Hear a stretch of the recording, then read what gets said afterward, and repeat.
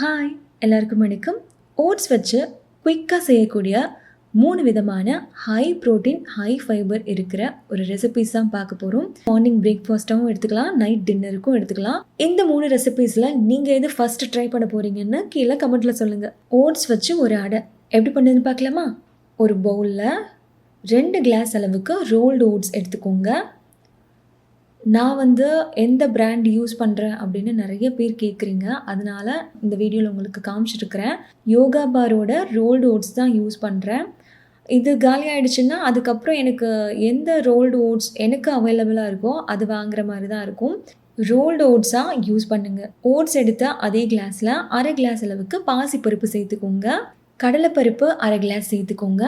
துவரம் பருப்பு அரை கிளாஸ் சேர்த்துக்கோங்க. மைசூர் பருப்பு அரை கிளாஸ் சேர்த்துக்கோங்க. மைசூர் பருப்பு இல்லைன்னா மசூர் தால் அப்படின்னு சொல்லுவாங்க. அரை கிளாஸ் அளவுக்கு உளுந்தம்பருப்பு சேர்த்துக்கோங்க. 1/4 ஸ்பூன் அளவுக்கு மட்டும் வெந்தயம் சேர்த்துட்டு தண்ணி சேர்த்து நம்ம இப்போ ஒரு 4-5 டைம் நல்லா வாஷ் பண்ணி எடுத்துகிட்டு வந்துடலாம். ஏன்னா அது நிறைய டஸ்ட் இருக்கும்.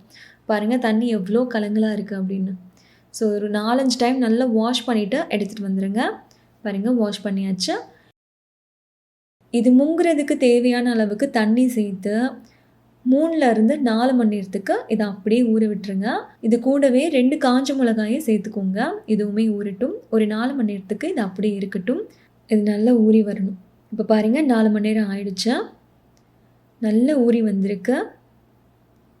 இப்போ இந்த தண்ணியை நம்ம ஃபில்ட்ரு பண்ணிடலாம். ஃபில்ட்ரு பண்ணிவிட்டு இதை ஒரு மிக்ஸி ஜாருக்கு நம்ம ட்ரான்ஸ்ஃபர் பண்ணிக்கலாம். கூடவே 1 இன்ச் அளவுக்கு இஞ்சி, இந்த மாவுக்கு தேவையான உப்பு, ஜீரகம் அரை ஸ்பூன் சேர்த்துக்கோங்க. கொஞ்சம் போல் பெருங்காயம் சேர்த்துக்கோங்க. அரைக்க தேவையான தண்ணி சேர்த்துக்கோங்க. நல்லா ஃபைன் பேஸ்ட்டாக ஸ்மூத்தாக அரைச்சா இது ஒரு பவுலுக்கு நம்ம ட்ரான்ஸ்ஃபர் பண்ணிக்கலாம். பாருங்கள் நல்லா இந்தளவுக்கு ஸ்மூத்தாக இருக்கணும். இப்போ மாவு கொஞ்சம் கெட்டியாக இருக்கிறனால நான் கொஞ்சம் போல் தண்ணி சேர்த்து தோசை மாவு பதத்துக்கு நான் ரெடி பண்ணி எடுத்துக்கிறேன்.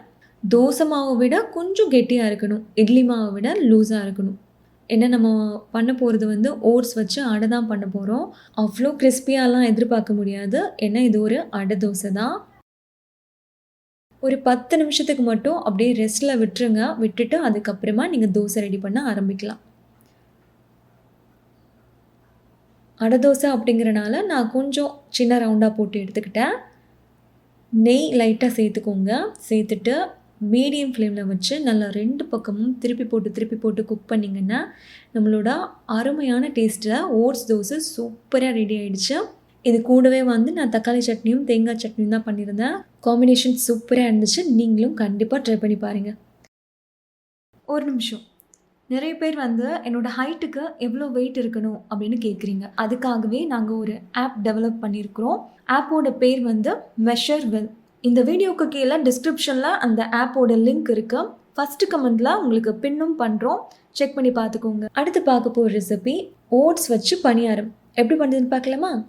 அதுக்கு ஃபஸ்ட்டு ஒரு ட்ரையான மிக்ஸி ஜார் எடுத்துக்கோங்க. அதில் ரோல்டு ஓட்ஸ் இருக்கு இல்லையா, அது 1 கிளாஸ் அளவுக்கு நான் இன்றைக்கி எடுத்துருக்கிறேன். இந்த கிளாஸில் 1 கிளாஸ் அளவுக்கு நான் ரோல்டு ஓட்ஸ் எடுத்துருக்கிறேன். இப்போ இது நல்லா ஃபைன் பவுடராக எந்த அளவுக்கு உங்களால் பவுடராக அரைக்க முடியுமோ அந்த அளவுக்கு நல்லா அரைச்சி எடுத்துகிட்டு வந்துடுங்க. பாருங்கள் கொரன்னு இருக்கக்கூடாது. முடிஞ்ச அளவுக்கு ஃபைனாக அரைச்சி எடுத்துக்கோங்க. இப்போ இது பவுலுக்கு ட்ரான்ஸ்ஃபர் பண்ணியாச்சு. இது அப்படியே இருக்கட்டும். பாசிப்பருப்பு ஒரு 4 மணி நேரமாக நான் ஊற விட்டுருந்தேன். ஒரு 4 மணி நேரத்துக்கு நல்லா ஊறி வந்திருக்கு. இதே கிளாஸில் அரை கிளாஸ் அளவுக்கு மட்டும் பாசிப்பருப்பு எடுத்துருந்தேன். 1 கிளாஸ் ஓட்ஸு, அரை கிளாஸ் பாசிப்பருப்பு. ஸோ இது 4 மணி நேரம் நல்லா ஊறிடுச்சு. இப்போ இந்த தண்ணியை நம்ம ஃபில்ட்ரு பண்ணிவிட்டு இதை அதே நம்ம ஓட்ஸ் பவுடர் பண்ணோம் இல்லையா, அதே மிக்ஸி ஜாருக்கு ட்ரான்ஸ்ஃபர் பண்ணி தண்ணி எதுவுமே சேர்க்காமல் நல்லா அரைச்சி எடுத்துகிட்டு வந்துடுங்க. பாருங்கள் மாவோட கன்சிஸ்டன்சி இந்த அளவுக்கு இருக்கணும். நல்லா சாஃப்டாக இருக்கணும். அதே மாதிரி ரொம்ப தண்ணியாட்டவும் அரைச்சிடாதீங்க.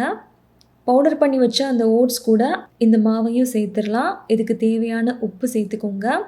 சேர்த்துட்டு தண்ணி எதுவுமே சேர்க்காமல் அந்த ஓட்ஸ் பவுடரும் இந்த பாசிப்பருப்பும் நல்லா இந்த அளவுக்கு மிக்ஸ் ஆகணும். மிக்ஸ் ஆனதுக்கப்புறமா கொஞ்சம் கொஞ்சமாக தண்ணி சேர்த்து நம்ம பணியார மாவு பதத்துக்கு ரெடி பண்ணி எடுத்துக்கலாம். இப்போ பாருங்கள் மாவு ரெடி ஆகிடுச்சு. இது ஒரு அரை மணி நேரத்துக்கு மட்டும் அப்படியே இருக்கட்டும். கண்டிப்பாக 1/2 மணி நேரத்துக்கு நம்ம ரெஸ்ட் விடணும். நம்ம அதுக்குள்ளே சின்னதாக ஒரு தாளிப்பு ரெடி பண்ணிடலாம். 1/2 ஸ்பூன் எண்ணெய் சேர்த்துக்கோங்க. ஜீரகம் கொஞ்சம் போல் சேர்த்துக்கோங்க. உளுந்தம்பருப்பு 1/2 ஸ்பூன், கடுகு 1/2 ஸ்பூன், கடலைப்பருப்பு 1 ஸ்பூன் சேர்த்துருக்கிறேன். தாளிப்பு உங்கள் விருப்பத்துக்கு ஏற்ற மாதிரி, உங்களுக்கு கடுகு ஜாஸ்தியாக பிடிக்கும் அப்படின்னா அது ஜாஸ்தியாக சேர்த்துக்கோங்க. எது ஜாஸ்தியாக பிடிக்குமோ அது ஜாஸ்தியாக சேர்த்துக்கோங்க. கூடவே வந்து ஒரு பெரிய சைஸ் பச்சை மிளகாயை நல்லா ஃபைனாக சாப் பண்ணி இதில் சேர்த்துக்கோங்க காரத்துக்காக.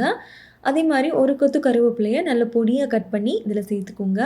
பாருங்கள், நல்லா இந்த அளவுக்கு வறுபட்டு வந்ததுக்கப்புறமா ஒரு மீடியம் சைஸ் கேரட்டை நான் துருவி வச்சுருக்கிறேன், அதையுமே சேர்த்துக்கலாம்.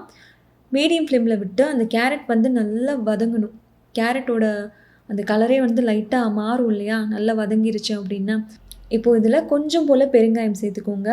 உங்களுக்கு வெங்காயம் பிடிக்கும் அப்படின்னா நீங்கள் இது கூட வெங்காயம் கூட சேர்த்துக்கலாம். நான் இன்றைக்கி வந்து கேரட் மட்டும்தான் சேர்த்துருக்குறேன். கேரட் நல்லா வதங்கினதுக்கப்புறமா நம்ம ஸ்டவ் ஆஃப் பண்ணிடலாம். பாருங்கள், மாவு வந்து 1/2 மணி நேரத்துக்கு நம்ம அப்படியே விட்டோம் இல்லையா, நல்லா கெட்டியாக அந்த நம்ம ஊற்றின தண்ணியெல்லாம் நல்லா அப்சர்வ் ஆகி நல்லா கெட்டியாக இருக்குது. ஃபஸ்ட்டு நம்ம தாளிப்பு இதெல்லாம் சேர்த்துடலாம். சேர்த்துட்டு ஒரு தடவை நல்லா மிக்ஸ் பண்ணி விட்டுக்கோங்க. கொஞ்சம் கொஞ்சமாக தண்ணி சேர்த்து பணியார மாவு பதத்துக்கு நம்ம ரெடி பண்ணி எடுத்துக்கலாம். ஒரே டைமில் நிறைய தண்ணி சேர்த்துறாதீங்க, ஏன்னா தண்ணி ஜாஸ்தி ஆகிடக்கூடாது. பாருங்கள், கன்சிஸ்டன்சி வந்து இந்த அளவுக்கு இருக்கணும், தெரியுதா? ரொம்ப லூஸாகவும் இருக்கக்கூடாது, ரொம்ப கெட்டியாகவும் இருக்கக்கூடாது. இப்போ ஒரு பணியாரம் பேனில் இந்த மாதிரி நெய்யை வந்து லைட்டாக ப்ரஷ் பண்ணி விட்டுக்கோங்க. இல்லைன்னா நீங்கள் ஸ்ப்ரே பாட்டிலில் கூட லைட்டாக ஸ்ப்ரே பண்ணி விட்டுக்கலாம். நான் வந்து லைட்டாக ப்ரஷ் பண்ணி எடுத்துக்கிட்டேன். அடுப்பு லோ ஃப்ளேமில் வச்சுட்டு நம்ம எல்லா குழியிலையுமே வந்து அந்த மாவை சேர்த்துடலாம். இப்போ இந்த லிட் போட்டு க்ளோஸ் பண்ணி வச்சுருங்க. ஒரு சைடு வெந்ததுக்கப்புறமா இன்னொரு சைடு நம்ம திருப்பி போட்டுடலாம். பாருங்கள், திருப்பி போட்டாச்சு. லைட்டாக கொஞ்சம் போல் நெய் சேர்த்துக்கோங்க. ரொம்ப கம்மியாகவே யூஸ் பண்ணுங்கள். நல்லா லிட் போட்டு க்ளோஸ் பண்ணி 2 பக்கமும் நல்லா திருப்பி போட்டு குக் பண்ணிங்கன்னா நம்மளோட அருமையான நல்லா புசு புசுன்னு ஓட்ஸ் பணியாரம் சூப்பர் டேஸ்ட்டில் ரெடி ஆகிடுச்சு. உங்கள் பசங்களுக்கு கொடுக்கும்போது நீங்கள் இன்னும் கொஞ்சம் தாராளமாக நெய் சேர்த்து கொடுக்கலாம். நீங்கள் சாப்பிடும்போது கொஞ்சம் கம்மி பண்ணிக்கோங்க. இது கூடவே வந்து நான் கார சட்னி தான் பண்ணியிருந்தேன். ஸோ 2த்துக்கும் காம்பினேஷன் அவ்வளோ அட்டகாசமாக இருந்துச்சு. பாருங்கள், பணியாரம் எவ்வளோ சாஃப்டாக இருக்குது அப்படின்னு. பயங்கர டேஸ்ட்டாக இருந்துச்சுங்க. நீங்களும் இந்த ரெசிபி கண்டிப்பாக ட்ரை பண்ணி பார்த்துட்டு எப்படி இருந்துச்சுன்னு கீழே கமெண்ட்டில் சொல்லுங்கள். ஒரு நிமிஷம், நீங்கள் ஏதாச்சும் லாங்குவேஜ் கற்றுக்கிற இன்ட்ரெஸ்ட் இருந்தால் லாங்குவேஜ் கற்றுக்கிறதுக்காகவே நாங்கள் ஃப்ரீ ஆப்பும் டெவலப் பண்ணியிருக்கிறோம். ஆண்ட்ராய்டுக்கும் இருக்குது, ஆப்பிளுக்கும் இருக்குது. 2த்துக்கும் லிங்க் வந்து இந்த வீடியோக்கு கீழே டிஸ்கிரிப்ஷனில் கொடுத்துருக்குறேன். உங்களுக்கு லாங்குவேஜ் கற்றுக்கிறதுல இன்ட்ரெஸ்ட் இருந்தால் கண்டிப்பாக செக் பண்ணி பாருங்கள். அடுத்து பார்க்க போகிற ரெசிபி ஓட்ஸ் வச்சு பொங்கல் எப்படி பண்ணுறதுன்னு பார்க்கலாமா? இது பண்ணுறதுக்கு ஃபஸ்ட்டு ஒரு பவுலில் 3/4 கிளாஸ் அளவுக்கு பாசிப்பருப்பு எடுத்துருக்கிறேன். இந்த கிளாஸில் 3/4 கிளாஸ் அளவுக்கு எடுத்துருக்கிறேன். இப்போ இது ஓரமாக இருக்கட்டும், நம்ம வாஷ் பண்ணிட்டு வந்துடலாம். இப்போ இன்னொரு பவுலில் ரோல்டு ஓட்ஸ், நான் ஆல்ரெடி வந்து காமிச்சிருக்கேன் இல்லையா, அந்த யோகா பாரோட ரோல்டு ஓட்ஸ் தான் நான் யூஸ் பண்ணிட்டுருக்கிறேன் இப்போதைக்கு. ஸோ அது வந்து 1/4 கிளாஸ் அளவுக்கு நான் எனக்கு எடுத்துருக்கிறேன். ஸோ டோட்டலாக இந்த கிளாஸில் வந்து 1/4 கிளாஸ் அளவுக்கு ரோல்டு ஓட்ஸ், 3/4 கிளாஸ் அளவுக்கு பாசிப்பருப்பு, பருப்பும் ஓட்ஸும் சேர்த்து 2 கிளாஸ் அளவுக்கு ஆச்சு. இது நம்ம பருப்பையும் ஓட்ஸையும் நல்லா வாஷ் பண்ணிவிட்டு மட்டும் எடுத்துகிட்டு வந்துடலாம். தண்ணி எதுவுமே சேர்க்க வேணாம். பாருங்கள், நல்லா வாஷ் பண்ணிவிட்டு எடுத்துகிட்டு வந்திருக்கிறேன். தண்ணி எதுவுமே சேர்க்க வேணாம், இது அப்படியே இருக்கட்டும்.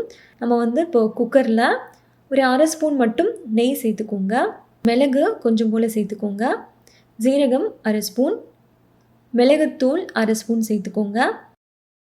ஒரு 4-5 போல் முந்திரி பருப்பு சேர்த்துக்கோங்க. உங்களுக்கு வேணாம் அப்படின்னா நீங்கள் ஸ்கிப் பண்ணிடலாம். அந்த முந்திரி பருப்பை வந்து லைட்டாக வறுபடட்டும். இந்த ஸ்டேஜில் 1 இன்ச் அளவுக்கு இஞ்சியை நல்லா துருவி இதில் சேர்த்துக்கோங்க. என்கிட்ட அன்றைக்கி இஞ்சி காலி ஆகிடுச்சு, அதனால் நான் சேர்க்கலை. அப்புறம் நம்ம வாஷ் பண்ணி வச்சுருக்கிற அந்த பாசிப்பருப்பையும் ஓட்ஸையும் இதில் சேர்த்துடலாம். பாசிப்பருப்பு சேர்த்துட்டு லைட்டாக இந்த மாதிரி ஒரு 2 டைம் வந்து மிக்ஸ் மட்டும் பண்ணி விட்டுக்கோங்க. அதுக்கப்புறமா நம்ம வாஷ் பண்ணி வச்சு அந்த ரோல்டு ஓட்ஸையும் இதில் சேர்த்துடலாம்.